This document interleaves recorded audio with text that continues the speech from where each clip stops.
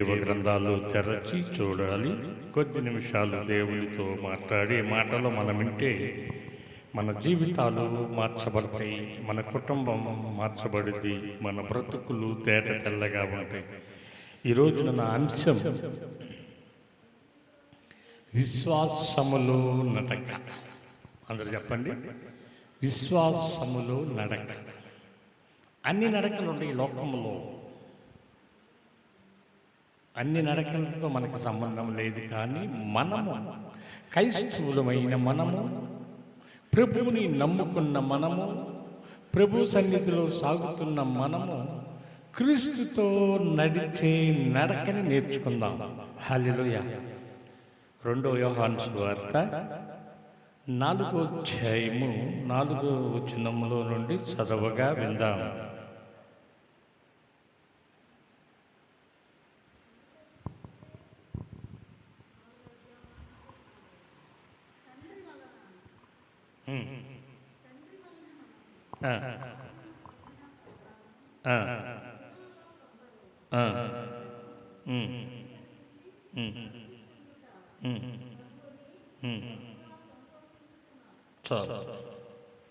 పరిశుద్ధుడైన దేవా, సుతుల మీద ఆశీనుడు అయిన మా ప్రభువా, నీకు వందనాలు. నీ పక్షాన్ని నిలబడుతున్న నేను ఎన్నిక లేని వాడిని, వట్టివాడినైనా నిలబెట్టి నీ బిడ్డలతో మీరే మాట్లాడమని యేసు నామములో అడుగుతున్నాము తండ్రి. ఆమేన్, ఆమేన్.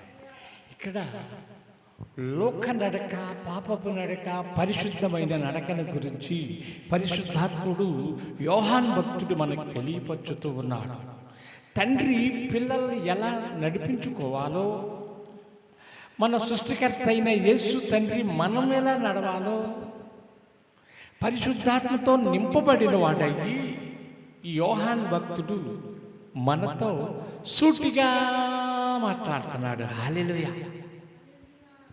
ఈ లోకంలో ఉన్నది ఉన్నట్టు మాట్లాడినా, సూటిగా మాట్లాడినా, అబద్ధం ఆడకుండా బతుకుతూ ఉన్నా, పరిశుద్ధంగా జీవిస్తూ ఉన్న వారి మీద ఎన్నో నిందలు, ఎన్నో అపనిందలకి పాలు చేసి వారిని సుల్కన భావముగా చూస్తారు. హల్లెలూయా. ఏం చూస్తారంట? సుల్కన భావం. నిన్న ఒక సహోదరుడు ఒక సాక్ష్యం చెప్పాడు. వారి తండ్రి పోలీసులు కలిగిన ఒక ఉన్నతమైన ఉద్యోగంలో ఉన్నారు.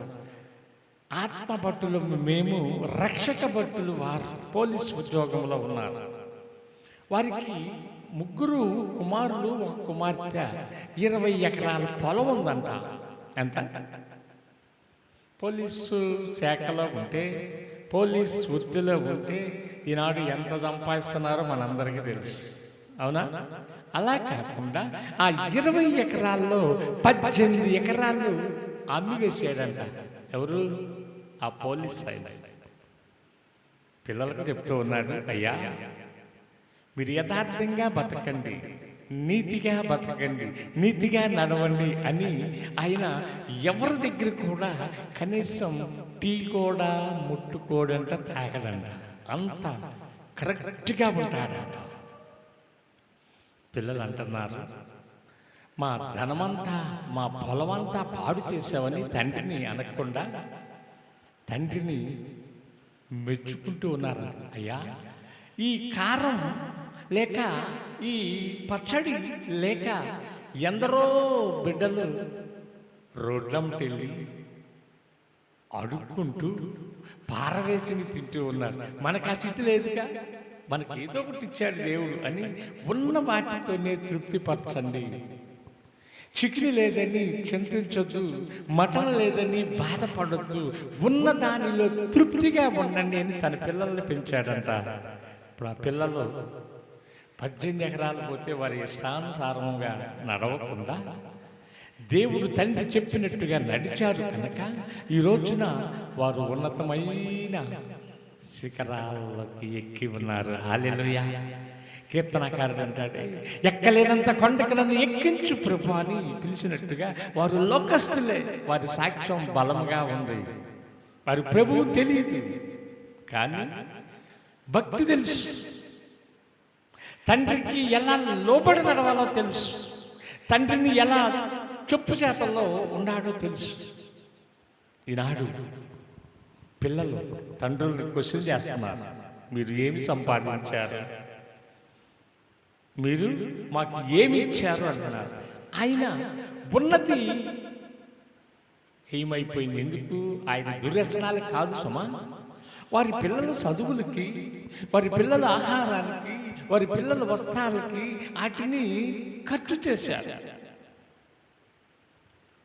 ఈనాడు పిల్లల కోసం ఎక్కడెక్కడ నుండో బాగు చేసుకుంటూ ఉన్నారు. మంచిదే, కానీ ఎలా ఉండాలి తెలుసా? ఆ బాగు చేయటం యథార్థతగా ఉండాలి, దేవునికి ఇష్టమైనదిగా ఉండాలి. దేవునికి ఎలా ఉండాలి? బడా మంచి దాసుడా, ఎలా ఉండాలి? బడా మంచి దాసుడా అని దేవుడు నిన్ను మెచ్చుకోవాలి. అంతేకాని జక్కయ్యలాగా తిట్టుకోకూడదు, జక్కయ్యలాగా కొసునుకోకూడదు, జక్కయ్యలాగా అందరూ నిందించకూడదు. ఇతడు దుర్మార్గుడు, అన్యాయంగా మా ధనాన్ని దాచుకుంటున్నాడని ఆ జక్కయ్య మీద ఆ పట్టణమంతా కూడా దుమ్మెస్తి పోస్తూ ఉన్నారు. మనం అతడు నీతిమంతుడు, అతడు యేసుని కలిగిన వాడు, అతడు చర్చికి వెళ్ళేవాడు, అతడు యథార్థుడు అని సాక్ష్యం ఇవ్వాలి. ఏమివ్వాలి? సాక్ష్యం. లేకపోతే నీ బ్రతుకు వ్యర్థం, నువ్వు భక్తి వ్యర్థం, నీ జీవితం వ్యర్థం. సాక్ష్యం కలిగి ఉండాలి. భూమి మీద ఎలాగైనా బతకొచ్చు, కానీ నీతిగా బతకటం క్రీస్తులోనే ఉంది. హల్లెలూయా! ఎక్కడుంది? క్రీస్తులోనే. క్రీస్తు ఎవరి సొమ్ము దోచుకోమని చెప్పడు. ఆయన ఉన్నవన్నీ కూడా మనకిచ్చాడు. ఆయన పరిశుద్ధమైన ప్రాణాన్ని ఇచ్చాడు. ఆయన రక్తపు బొట్టు చివరి వరకు కూడా మన కోసమే దానిని దానము చేశాడు. ఏం చేశాడు? దానం. నా రక్తం యేసు రక్తం, నా గోత్రం యోధా గోత్రం, నా తండ్రి యేసురాజు. ఎవరు మా తండ్రి? యేసురాజు అని చెప్పుకునే ధైర్యం ఉండాలి. నువ్వెవరి కుమారుడు అంటే, నేను క్రీస్తు కుమారుడిని, క్రీస్తు కుమార్తెని, నేను యేసులో కడగబడ్డా.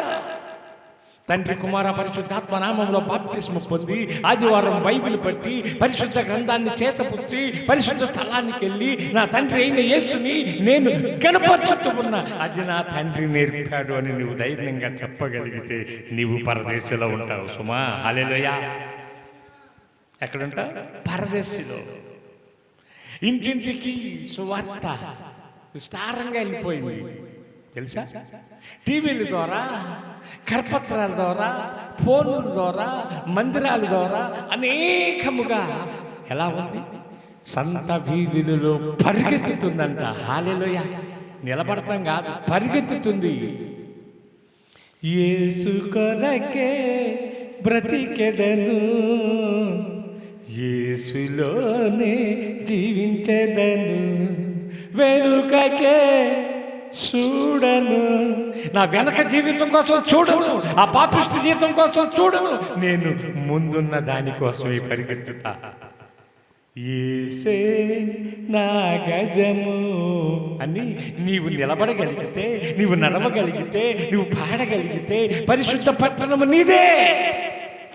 ఈ పట్టణాన్ని కొనటానికి ధనం అవసరంలా, ఈ పట్టణం చేరటానికి విమానం అక్కర్లా, ఈ పట్టణం చేరటానికి ఏ ర్యాకెట్ అక్కర్లా. పరిశుద్ధాత్మ దేవుడు నిన్ను రెప్పపాటులో ఆ పరిశుద్ధ స్థలానికి తీసుకెళ్తాడు. హల్లెలూయా! అది దేవునిలో ఉన్న స్పెషల్. నీటిని మూట కట్టేవాడు నా దేవుడు. నేను ప్రకటించే దేవుడు, నీటిని రసముగా మార్చిన దేవుడు, నీటి మీద నడిచేవాడు నా తండ్రి యేసు ప్రభు. ఎక్కడ? నీటి మీద. నేను కూడా ఆ పంబా నదిలో 40 రోజులు ఉపవాస దీక్ష చేసి నా శరీరం అంతా కూడా ఏమైందో తెలుసా?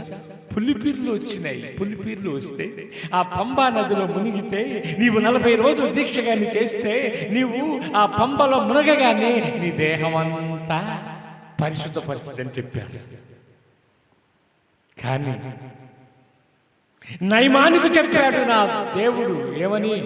నా దేవుడు ప్రతినిధి చెప్పాడు, ఓ జగజ్జీ, అతడి ఇక్కడికి రావాల్సల్లా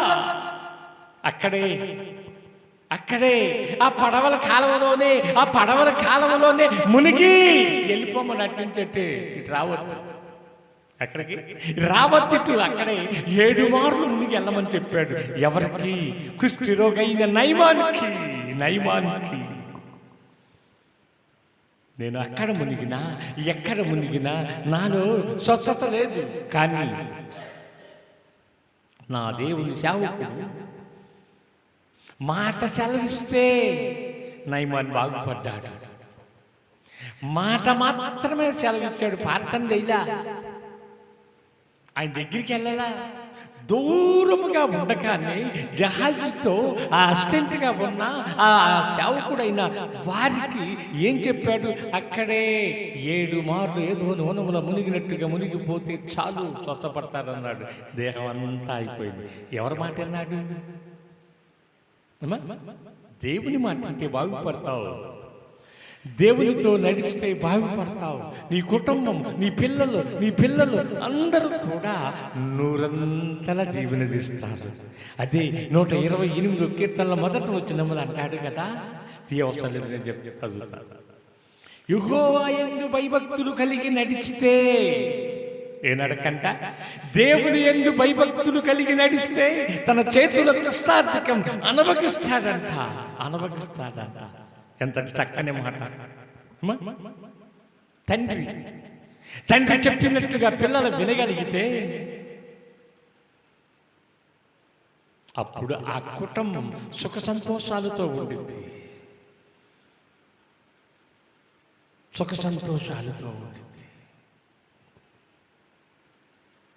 లేడి పిల్లలు, చిన్న పిల్లలంట. తల్లి చెప్పిందంట, సింహం వస్తుంది మిమ్మల్ని పట్టుకుంటుంది, మింగివేస్తుందని పిల్లలకు చెప్పిందంట. వీళ్ళు పాట పాడుకుంటున్నారు. అదే పాట, అమ్మా మిమ్మల్ని పట్టుకోవటానికి, మిమ్మల్ని బుట్టలో వేసుకోవటానికి, మిమ్మల్ని చంపి తీసుకెళ్ళటానికి ఒక దొంగాడొస్తాడమ్మా. వాడు ఉరి వేస్తాడు, మీకు గింజలు వేస్తాడు, మిమ్మల్ని పట్టుకుని మెడని విరగతీసి వాడి బుట్టలో వేసుకెళ్తాడు.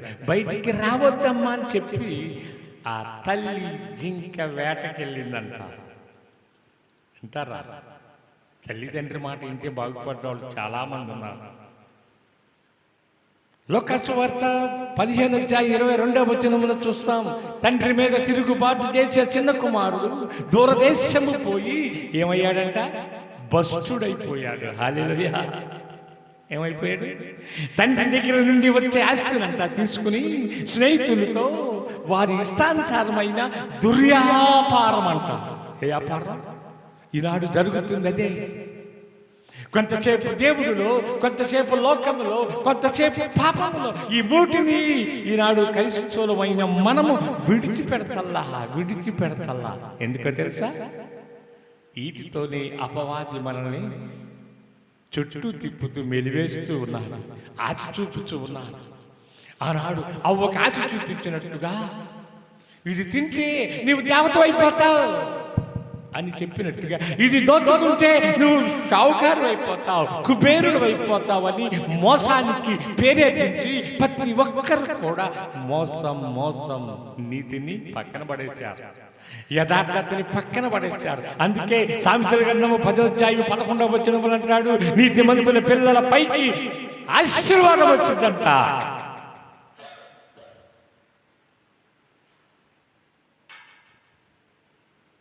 ఏమొచ్చిందంట? అర్థమవుతున్న వాక్యం? నీతిమంతుల పిల్లలకి తల మీదకి ఏమొచ్చింది? ఆశీర్వాదం. ఎవడు దోచుకునేది కాదు సుమా, అది యుగయుగాలు ఉండే ఆశీర్వాదం. హల్లెలూయా. అలాగే కీర్తన గ్రంథంలోకి రండి. 56వ కీర్తన 12వ వచనాన్ని చూద్దాం.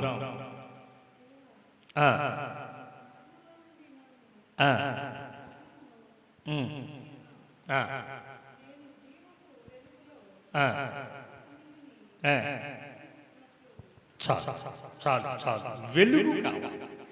ఏ వెలుగు అంటే ఇది? దేవుడిచ్చే వెలుగు. ఈ జీవపు వెలుగు నీ కుటుంబాన్ని, నిన్ను పరదేశికి నడిపించింది, పరమ తండ్రి దగ్గరికి. హల్లెలూయా. సామెతల గ్రంథంలో ఒక స్త్రీ అంటుంది, నా యజమానుడు లేడు, ఐగుప్తు నుండి తెచ్చిన కంబళ్ళు ఉన్నాయి, దూరదేశము పోయాడు, డబ్బు సంచి తీసుకుని రా నాతో పాపం చేద్దాం. ఏమంటుందమ్మా? పాపం చేద్దామని అటు ఇటు తిరుగుతూ వాకిలి దగ్గరే ఉండి పొంచి ఎవరిని వలలో వేసుకుని ఇంట్లోకి తీసుకెళ్దామని చూస్తుందంట. ఎవరి స్త్రీ? జారత్వము కలిగిన స్త్రీ. హల్లెలూయా. యేసోబుకు కూడా వచ్చింది అవకాశం. నీతిమంతుడైన యేసోబుకు వచ్చింది, భక్తిపరుడైన యేసోబుకు వచ్చింది. నిజాయితీగా అన్నలు అమ్మి వేసిన, గుంటలో వేసిన, చెరసాలలో వేసిన అతడు నీతిని తప్పలేదు కనుక, తండ్రి చెప్పిన రీతిగా నీతిగా నడిచాడు కనుక అతడు ఏమయ్యాడు? ఐగుప్తు దేశానికే ప్రధానమంత్రి అయ్యాడంట. హల్లెలూయా. హల్లెలూయా. ఎందుకో తెలుసా? తనలో నీతిని కాపాడుకున్నాడు. ఐగుప్తు రాణి ఒక రాణి వచ్చి నాతో పాపం చేతు రాణి కొంగు పట్టుకున్న ఆ పైన ఉన్న వస్త్రాన్ని విడిచిపెట్టి ఆ స్థలము నుండి పారిపోయాడే, కానీ ఆ బిడ్డతో ఏం చేయాల? పాపం చేయాల, పరిశుద్ధతని కాపాడుకున్నాడు. హల్లెలూయా. హల్లెలూయా. నీవు నేను కూడా ఈ లోకంలో సంచరిస్తున్నప్పుడు ఇలాంటి ఎన్నో ఎదురుపడుతూ ఉంటాయి. నీ కాపాడుకుంటున్నావా నీ విశ్వాసముని? ఎప్పుడు చూసినా వారి మీద వీరి మీద బురద చల్లటమేనా నీ పని? వారిని వీరిని చూసి గుసగుసలాడటమేనా? వారిని వీరిని చూసి చెవులు కొరుక్కోవటమేనా నీ జీవితం అంతా? మార్పు చెందవా నీవు? మార్పు చెందవా? మారు మనసు పొందవా? నువ్వు మారు మనసు పొందావు, బాప్తిస్మం పొందావు, తండ్రి కుమార పరిశుద్ధాత్మ నామములో బాప్తిస్మం తీసుకుని కూడా నీవు ఆ వల వదిలిపెట్టలా. ఏ వల? పాపపు వల, విశ్వసూపులు చూసే వల, వారిని వీరిని ఆడిపోసుకునే వల, వారితో వీరితో నీవు నూరిపోసి వారి మీద దుమ్ము పోసేది వదిలిపెట్టలా. కొందరున్నారు. ఇక్కడ కాదు, ఆ సతీష్ కుమార్ దగ్గరికి వెళ్దాం పదండి. ఇక్కడున్న బైబిల్ కదా, ఇక్కడున్న మందిరం కదా, చుట్టూ ఉన్న మందిరాలు విడిచిపెట్టి ఎక్కడికో వెళ్తున్నారు. ఆయన అంటున్నాడు, దేవుడు ఎక్కడ 2-3 కూడి నా నామం పేరట ఉంటే నేను ఉంటాను అంటున్నాడు. ఎందుకు మీరు పరిగెత్తడం? ఎక్కడికి పరిగెత్తినా అదే. నీలో పరిగెత్తటం కాదు, పరిశుద్ధత కావాలి. పేరుకి బైబిల్ తీసుకుంటున్నావు, రేత్రి నువ్వు చేయవలసిన దుర్మార్గ పనులన్నీ చేస్తున్నావు. నీ ఇంటికి దీవెన ఎలా వచ్చింది? పేరుకి భక్తుడిగా ఉన్నావు, రేత్రి కాలం అంతా కూడా దోపిడి సొమ్ము దోచుకుందాం రండి రండి అని పరుగులు తీస్తుంది నీ పాదాలు. అలా కాదు, ఇక్కడ నీతిమంతుడైన యేసోబులాగా నీవెలా ఉండాలి? తండ్రి చిత్తాన్ని నేర్పినట్టుగా, తండ్రి ఏ పాఠమైతే నేర్పాడో అందుకే పౌలు భక్తుడు అంటాడు, నేను గురు వద్దకే పరిగెత్తున్నా. దొంగతనానికి కాదు, దోపిడి చొమ్ముకు కాదు, గురి వద్దకే, నా కోసము దాచిపెట్టిన ఆ నీతి కిరీటం కోసం. హల్లెలూయా. ఇదంట నీతి కిరీటం. అలాగే అదే కీర్తనలోకి రండి. 119వ కీర్తన 3వ వచనాన్ని చదవగా విందాం.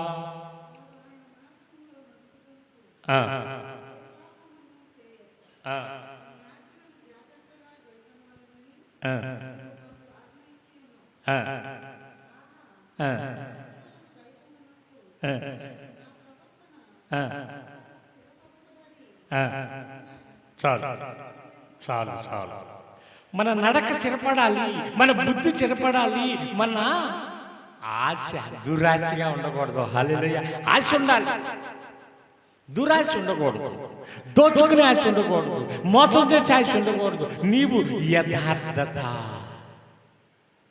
అందుకే స్టెఫెను భక్తుడిని రాళ్ళు రువ్వి చంపుతూ ఉన్నా అతడు ఏమన్నాడో తెలుసా? తండ్రి, వీరేమి చేయిస్తున్నారు, వీరిని క్షమించయ్యా, ఈ పాపాన్ని వారి మీదకి రాకుండా క్షమించు అన్నాడు. ఈ మాటలు ఎవరు నేర్పారు? తండ్రి అయిన యేసు ప్రభు వారు సిలువలో పలికిన మాటలు ఈ స్టెఫెను భక్తుడు నేర్చుకుని అతడు మరణమవుతూ ఉన్నా కూడా ఆ పలుకులు పలికాడు గనుకనే అతడు జీవ గ్రంథములో లెక్కించబడ్డాడు. హల్లెలూయా. నీవు నేను తండ్రి చెప్పినట్టుగా నడవగలిగితే, నీవు నేను తండ్రి చెప్పిన మాటలు నీవు ఉంటే, ఆయన దోవలో నడిస్తే, నీవు నీ కుటుంబం నీ పరిశుద్ధమైన మాటలతో నింపబడి ఎక్కడుంటారు? పరదేశంలో ఉంటారు.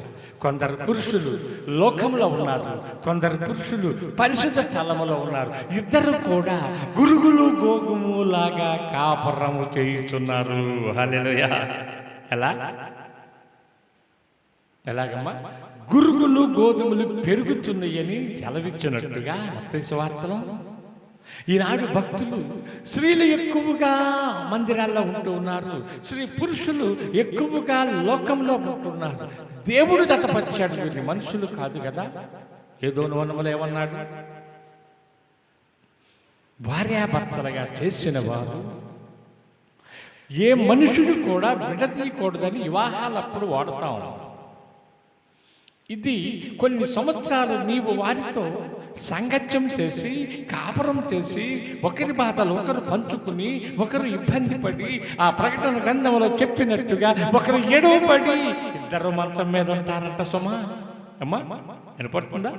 ఇద్దరు మంచం మీద ఉంటారు, ఒకరు ఎత్తబడతారు, ఒకరు దిగబడతారు. ఈ యజమానుడు అంటాడు, అయ్యో నా భార్య ఏది, అయ్యో నా భార్య ఏది అని దేవుడు ఆడుకుంటాడు. ఉంటుందా? ఆమె ఎక్కడుంది? ఆమె చేసిన ప్రార్థన దేవుని సన్నిధికి వెళ్ళింది కనుక ఈమె కూడా దేవుని సన్నిధిలో ఉంది. హల్లెలూయా. అందుకే ఇద్దరు తిరగలిసిస్తూ ఉన్నా ఒకళ్ళు ఎత్తబడతారు, ఇద్దరు మంచం మీద ఉన్నా ఒకళ్ళే ఎత్తబడతారు. అందుకే నీవు ఏముండాలి? మెలుకు కలిగి ఉండాలి. ఏ మెలుకువా? ప్రార్థనలో మెలుకువా, విశ్వాసంలో మెలుకువా, భక్తిలో మెలుకువా, మంచిగా ఉండాలి. కానీ నీ ప్రవర్తన ఎలా ఉందంటే ఆ సౌలు రాజులాగా ఎవరి సొమ్ము దోచుకుందామా, ఎవరి కోడలు తెచ్చుకుందామా, ఎవరు ఎండి బంగారాలు తెచ్చుకుందామా అనుకుంటున్నావు, బొచ్చుడు అయిపోతూ ఉన్నావు. హల్లెలూయా. తాత్కాలానికి లాజరును చూసి ఏమి నేర్చుకున్నావు సహోదరి సహోదరుడా? లాజరును చూసి నువ్వేమి నేర్చుకున్నావు? ఎంతకాలము నీవు ప్రార్థనకి వెళుతూ ఉన్నావు, అనేక వాక్యాలు నీ చెవుకి వినపడుతూ ఉన్నాయి, టీవీల ద్వారా చూస్తున్నావు, కరపత్రాల ద్వారా చూస్తున్నావు. ఏమి నేర్చుకున్నావు?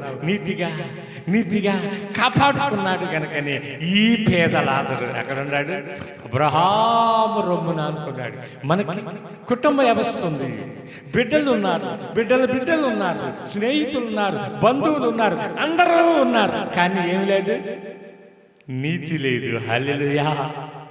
రెండోది పరిశుద్ధత లేదు, మూడోది భక్తి లేదు. మూడు మనకి లేవు కనుకనే పరదేశీ మందు కాదు. అందుకే కీర్తనలు అంటారు, యెహోవా మాకు కాదు, దేవుడు మాకు కాదు అంటారు. ఎవరికంట? పౌలు భక్తుడు ఏమన్నాడు? మీరు సిలువ వేసిన క్రీస్తే దేవుడు. ఎవరు?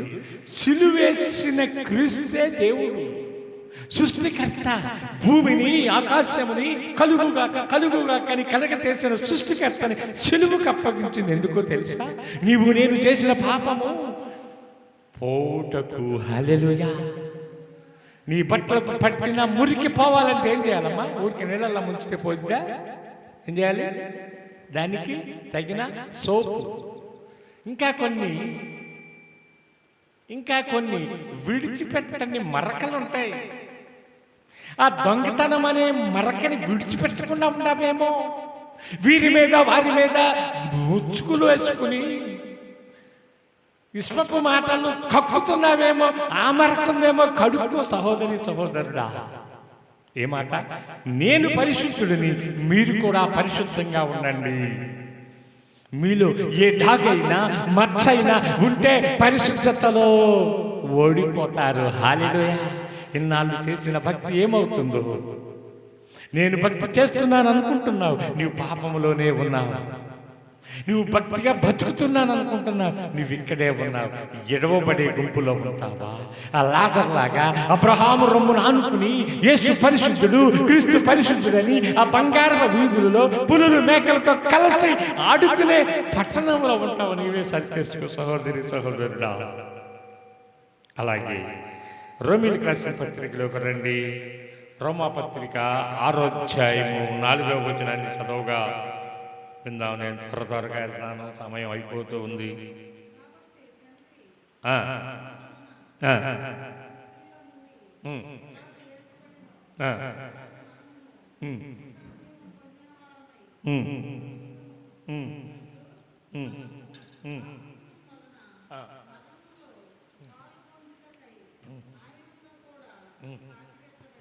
హల్లెలూయా.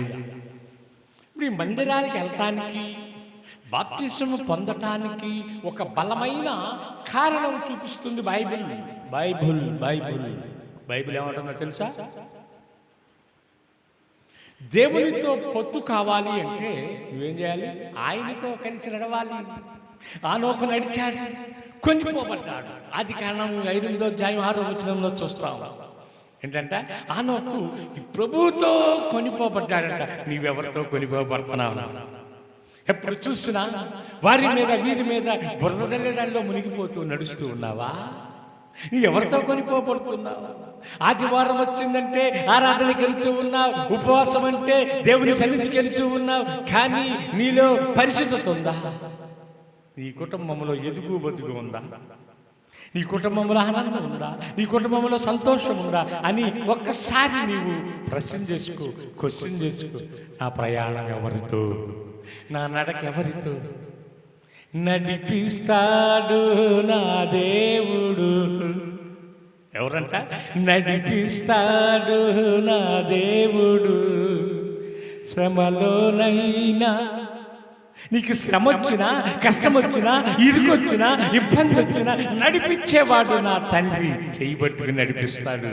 నీ అలసటగా ఉన్నా, నడవలేను అని నీ పాదాలు ముందుకు పడకపోతున్నా, నా తండ్రి ఎత్తుకుని ఆయన భుజముల మీద పెట్టుకుని ఆ చిన్న గొర్రె పిల్లను మోచినట్టుగా నిన్ను నన్ను మోసడానికి సిద్ధంగా ఉన్నాడు. హల్లెలూయా.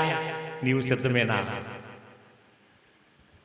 నీ నీతి నీ రాజ్యం నీ వెతకనా, నా రాజు నీవని కొనియాడనా, పాడనా అని పాడగలవా? అయ్యా, నీవు నీతి రాజుడివి, నువ్వు నీతి సూర్యుడివి, నీవే నీవే నాకు తప్ప ఈ లోకంలో ఎవరున్నారయ్యా అని పేతురు గారి లాగా మాట్లాడగలవా? మాట్లాడగలవా? నీ నోరు తెరిస్తే ఎలా ఉండాలో తెలుసా? క్రీస్తుని మహింపరిచేటట్టుగా ఉండాలి. నీ చూపు ఎలా ఉండాలో తెలుసా? క్రీస్తు దగ్గరికి ఆకర్షణగా ఉండాలి. నీ మాట, నీ చూపు, నీ తలంపులు అన్నీ కూడా నీవి కాదు సుమా, నిన్ను రక్తమిచ్చి కొన్న తండ్రితే సొంతం. హల్లెలూయా. నువ్వు ఒక శారీ కొన్నావనుకో, లేక ఒక నగ కొన్నావనుకో, లేక ఒక గేదెను కొన్నావనుకో, లేక ఒక వాహనం కొన్నావనుకో, ఆ వాహనం మీద ఎన్ని కళ్ళు పెట్టుకుంటావు. ఇప్పుడు అందరూ కూడా ఫోన్ మీద పెడుతున్నారు. పొద్దున్న లేవగానే ఫోన్, పనుకునేటప్పుడు ఫోన్ లేకపోతే భోజనం లేకపోయినా ఉంటున్నారు, కానీ ఫోన్ లేకపోతే ఉంటున్నా. అలా కాదు, నీవు బైబిల్ లేకపోతే నీ ఉండగలవు. నీవే లేకపోతే నేను అసలే లేనయ్యా. నీవు లేని రోజు అసలు రోజే కాదయ్యా. నీవు లేని బ్రతుకు అసలు బ్రతుకే కాదయ్యా. నీవే లేకపోతే నేను అసలే లేనయ్యా. ఎంత చక్కగా పాడుతున్నాడు మాట. ఆయన లేని రోజు రోజే కాదంట. ఇప్పుడు మీ రోజులు ఎలా ఉన్నాయి? ఒకరిని మోసగించే రోజులుగా, ఒకరిని దోచుకునే రోజులుగా, ఎప్పుడు తెల్లవారుతుందా, ఎప్పుడు పొద్దుగోగుతుందా అని చూస్తున్నావు. కానీ నా ఆవిష్కాలం ఎంత! మమ్మారు బాత్రూమ్కి వెళ్తే 4వసారి మరొక మనిషి సహాయం కావాల్సిన నీకే ఎంతుంటే, సమాధిని గెలిచిన దేవుడు, సర్వమానవుల కోసము ప్రాణం ఇచ్చిన దేవుడు నీ కోసం నా కోసము నిత్యము ప్రార్థన చేస్తూ ఉన్నాడు ఆయన. ఎప్పుడంట నువ్వు ప్రార్థనకు రమ్మంటే సాకులు చెప్తావు. ఇవాళ ఒక ఆమె ప్రార్థనకు రమ్మంటే నేను ఎక్కడో ఉన్నానన్నా, ఒక ఆమె ప్రార్థనకి పోనే తీలా. ఎవరి కోసం ఈ ప్రార్థన? ఎవరి కోసం వస్తూ ఉన్నావు? నా కోసమా? దేవుని కోసమా? నీ కోసం. అందుకే సిలువ మాను మోయించు అన్నాడు నా తండ్రి అయిన యేసుక్రీస్తు. అమ్మా, ఓ యెరూషలేము కుమార్తెలారా, నా కోసం ఏడవకండి అమ్మా. ఎవరి కోసం అంట? నా కోసం ఏడవకండి, మీకోసం, మీ పిల్లల కోసం ఏడవండి అన్నాడు. ఊరికే అన్నాడా? ఎవరి కోసం ఏడవాలి? నీ పిల్లల కోసం. నీ యజమానుడు మారలేదా? ఏడు. నీ భార్య మారలేదా? ఏడు. ప్రభు దగ్గరికి వచ్చి, ప్రభువా నా భార్య నాతో ప్రార్థనకు రావట్లా, ప్రభువా నాతో నా యజమానుడు రావట్లా, ప్రభువా నా పిల్లలు నాతో ప్రార్థనకు రావట్లా, నా కుటుంబం కొన్నేళ్ళు కుటుంబంలో ఉండాలని ఆశపడుతున్నానయ్యా, ఆశపడుతున్నానయ్యా. చూడయ్యా, చూడయ్యా, వ్యభిచారులు మారారు కదా, దొంగలు దొరలయ్యారు కదా, గుడ్డివారు నడిచారు కదా, కుంటివారు చూశారు కదా. అలా అడగగలుగుతున్నావా? అలాగే అదే రోమాపత్రిక 8వ అధ్యాయము 3-4 వచనాలు చదువుకుని మనం ఈనాటి వాక్యాన్ని ముగించుకుని ప్రార్థన చేసుకుంటున్నాం. రోమాపత్రిక 8వ అధ్యాయము 3-4 వచనాలు.